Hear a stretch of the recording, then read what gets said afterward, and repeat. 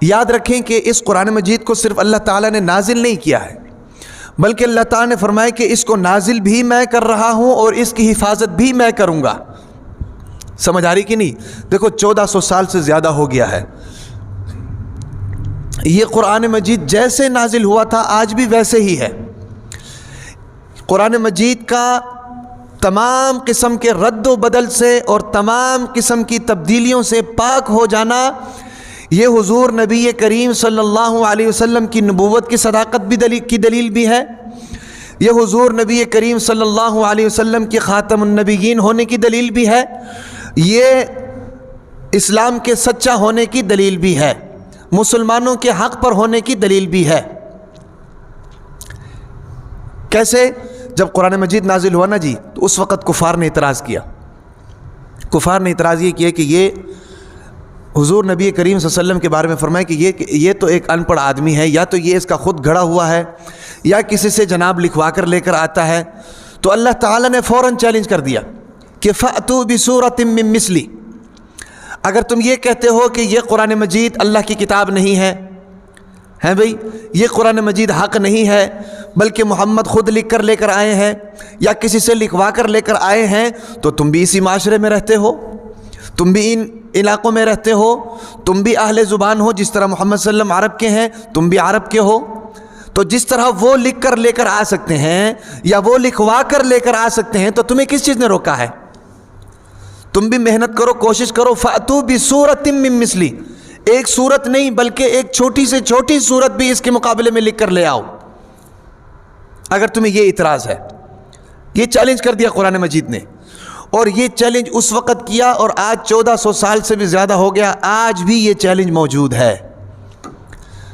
اس وقت سے لے کر آج تک مقابلے میں کسی کا نہ آنا، اس چیلنج کو ایکسیپٹ نہ کرنا، اس کے مقابلے میں کوئی صورت پیش نہ کرنا، یہی تو قرآن کی حقانیت کی دلیل ہے۔ جب قرآن سچا تو نبی سچا، جب قرآن سچا تو اسلام سچا، جب قرآن سچا تو مسلمان سچے، جب مسلمان سچے تو پھر مسلمان کی بات ماننی چاہیے، اسلام کے اندر آنا چاہیے، ہیں بھئی، شرک اور بدعات سے باہر نکلنا چاہیے، ایک اللہ وحدہ لا شریک کے سامنے کھڑے ہو جانا چاہیے۔ سمجھ آ رہی کہ نہیں؟ ایک اللہ وحدہ لا شریک، کسی مزار پر نہیں جانا، جانا ہے تو اس کے لیے دعا کرنا ہے، اپنے لیے نہیں۔ اپنے لیے کس سے دعا؟ وہ مزار والے سے دعا مانگوں گی جو خود سویا ہوا خود محتاج ہے، جو خود محتاج ہے، اس سے کیا دعا مانگنی؟ بھئی وہ تمہاری دعاؤں کا محتاج ہے۔ سمجھ آ رہی کہ نہیں؟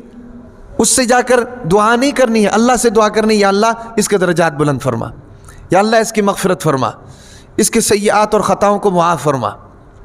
سمجھ آ رہی کہ نہیں؟ یاد رکھو، جو اللہ کے در کو چھوڑ دے گا اللہ تعالیٰ اس کو در در پر جھکائے گا، در در پر۔ جو اللہ کے سامنے محتاجی نہیں کرے گا اللہ تعالیٰ اس کو اپنے ہر مخلوق کا محتاج کر دے گا۔ سمجھ آ رہی؟ ہمیں پیدا اللہ نے کیا، ایمان اللہ تعالیٰ نے دیا، تمام نعمتیں اللہ تعالیٰ کی لے رہے ہیں، صبح و شام اللہ تعالیٰ کی نعمتیں استعمال کر رہے ہیں، ساری چیزیں اللہ کی لے کر اور سر کسی اور کے سامنے جھکا دو، یہ تو وفاداری نہیں ہے، یہ تو پرلے درجے کی بے وفائی ہے۔ کبھی کھاتا اللہ کا ہے بھئی، عبادت کسی اور کی کرتا ہے۔ تو بات چل رہی تھی، اللہ تعالیٰ نے فرمایا کہ اس قرآن مجید کو ہم نے نازل کیا، ہم نے نازل کیا اور اس کی حفاظت بھی ہم کریں گے۔ اور صرف یہ نہیں کہا کہ ہم نے نازل کیا اور ہم حفاظت کریں گے، نہیں، بلکہ اللہ تعالیٰ نے اس آیت مبارکہ کے اندر تمام تاکیدیں لگائیں۔ بھائی کسی چیز کے اندر خاصیت پیدا کرنے کے لیے تاکید لگانی پڑتی ہے۔ مثال کے طور پر میں کسی کو کہتا ہوں یار پانی لے آؤ، پھر میں کہتا ہوں یار ٹھنڈا پانی لے کر آنا، سمجھ آ رہی کہ نہیں؟ تو یہ کیا ہے؟ تاکید ہے۔ پھر میں کہتا ہوں یار جلدی لے کر آنا، اس بات کے اندر اہمیت پیدا ہو رہی ہے۔ تو ایک ہے اللہ تعالیٰ یہ فرمائے کہ ہم اس کی حفاظت کریں گے، بات سمجھ میں آ رہی ہے، لیکن اللہ تعالیٰ نے یہ نہیں فرمایا۔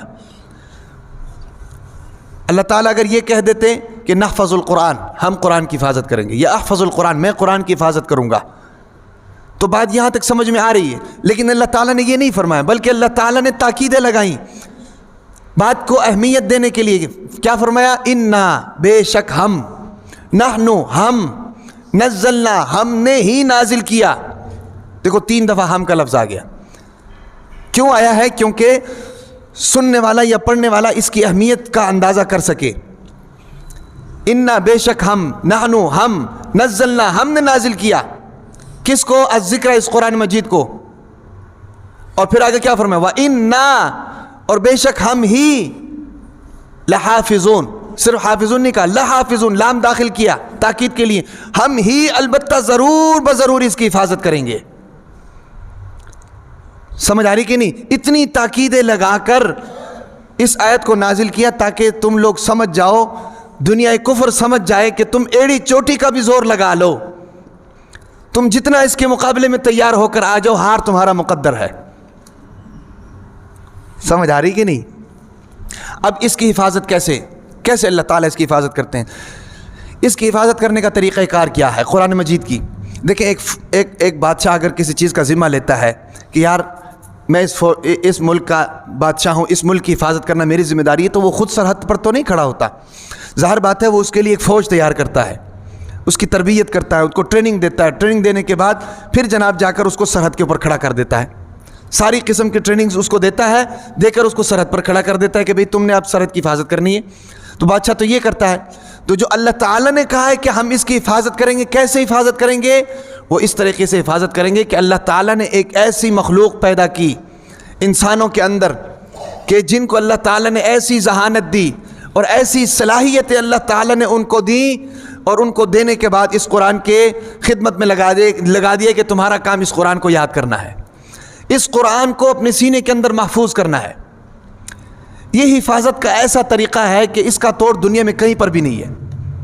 مثال کے طور پر اگر دنیا کفر سارا مل کر یہ سوچیں کہ بھئی قرآن کو اس دنیا سے ہم نے کیا کر دینا ہے، ختم کر دینا ہے، اس کی وجہ سے مسلمانوں کے اندر اسلامی غیرت پیدا ہو جاتی ہے، اسلامی حمیت پیدا ہو جاتی ہے، مسلمان غیرت کا مظاہرہ کرتے ہیں بھئی نبی کی محبت اس کی وجہ سے ہے، لہٰذا اس قرآن کو ختم ہونا چاہیے. بالفرض والمحال وہ اگر ایسا مشورہ کر لیتے ہیں اور اس پر عمل کرنا بھی شروع کر دیتے ہیں اور روئے زمین سے قرآن مجید کو ختم کر دیتے ہیں، لیکن جس کے دل کے اندر محفوظ ہے اس کو کیسے ختم کریں گے؟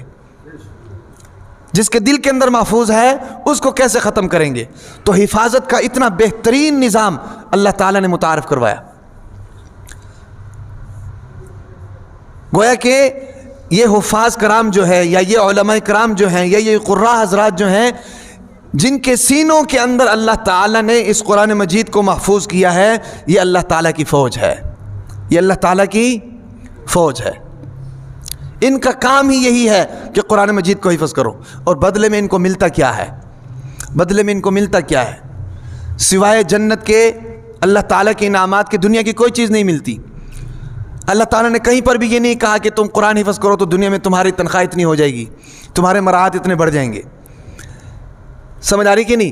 اگر ایسا ہوتا نا تو کل کو اعتراض کرنے والوں نے اعتراض کرنا تھا کہ یار یہ حافظ اس لیے ہوا ہے کہ جناب اس کی اتنی تنخواہ لگ جائے. جس طرح ہم لوگ ایف اے کر لیتے ہیں، بی اے کر لیتے ہیں، ایم ایڈ کر لیتے ہیں، پی ایچ ڈی کر لیتے ہیں، کیوں کر رہے ہیں؟ اچھی نوکری لگ جائے گی، اچھا جاب مل جائے گا، اچھے پیسے آ جائیں گے، بھی اچھی بڈھی مل جائے گی. یہ سارے ذہن کے اندر یہی تو نقشے ہوتے ہیں. لائف سٹائل ٹھیک ہو جائے گا، سکسیسفل لائف ہو جائے گی، بھی مستقبل ٹھیک ہو جائے گا، بچوں کا مستقبل ٹھیک ہو جائے گا. اسی سوچ کے تحت پڑھ رہے ہیں نا جی. تو قرآن مجید کے بارے میں اللہ تعالیٰ نے یہ نہیں کہا. ہاں جنت کا وعدہ ہے، جنت کا وعدہ ضرور ہے، اور جنت میں ایسی نعمت اللہ تعالیٰ ان قرآن کے حافظوں کو دیں گے کہ دنیا والے جو انجینئر بنے پھرتے ہیں، پائلٹ بنے پھرتے ہیں، سائنسدان بنے پھرتے ہیں، وہ جناب اس کو دیکھ کر حیرت زدہ ہو جائیں گے. وہ غش غش کر اٹھیں گے کہ یار یہ کیسا اللہ تعالیٰ نے پروٹوکول دیا حفاظ کو. تو دنیا کے اندر کچھ بھی نہیں ہے ان کے لیے.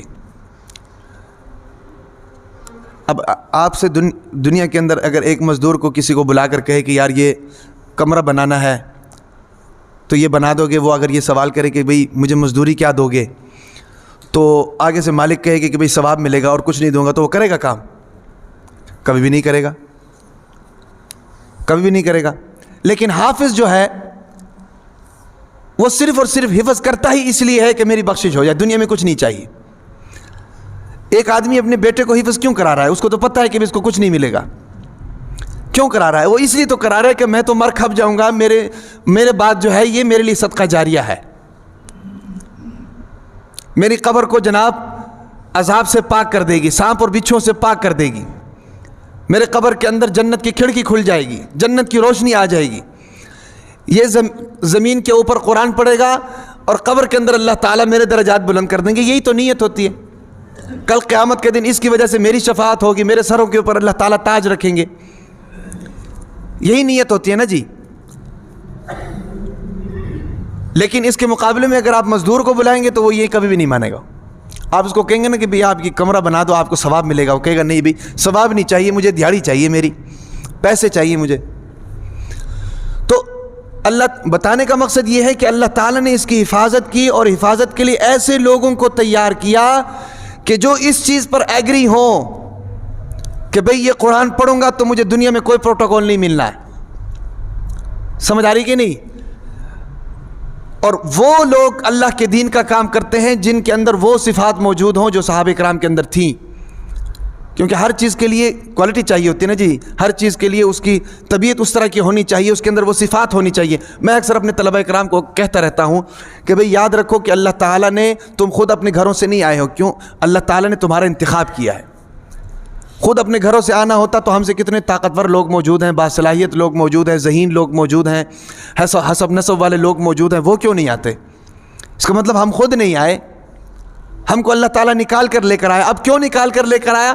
وہ اس لیے نکال کر لے کر آیا کہ ہمارے اندر وہ صلاحیتیں موجود ہیں، ہمارے اندر وہ صفات موجود ہیں جو اللہ تعالیٰ کے دین کو آگے لے کر جانے کے لیے کام آ سکتی ہیں، جو صلاحیتیں انبیاء کے اندر تھی، صحابہ کرام کے اندر تھی، تابعین، تبع تابعین، علماء کے اندر ہیں۔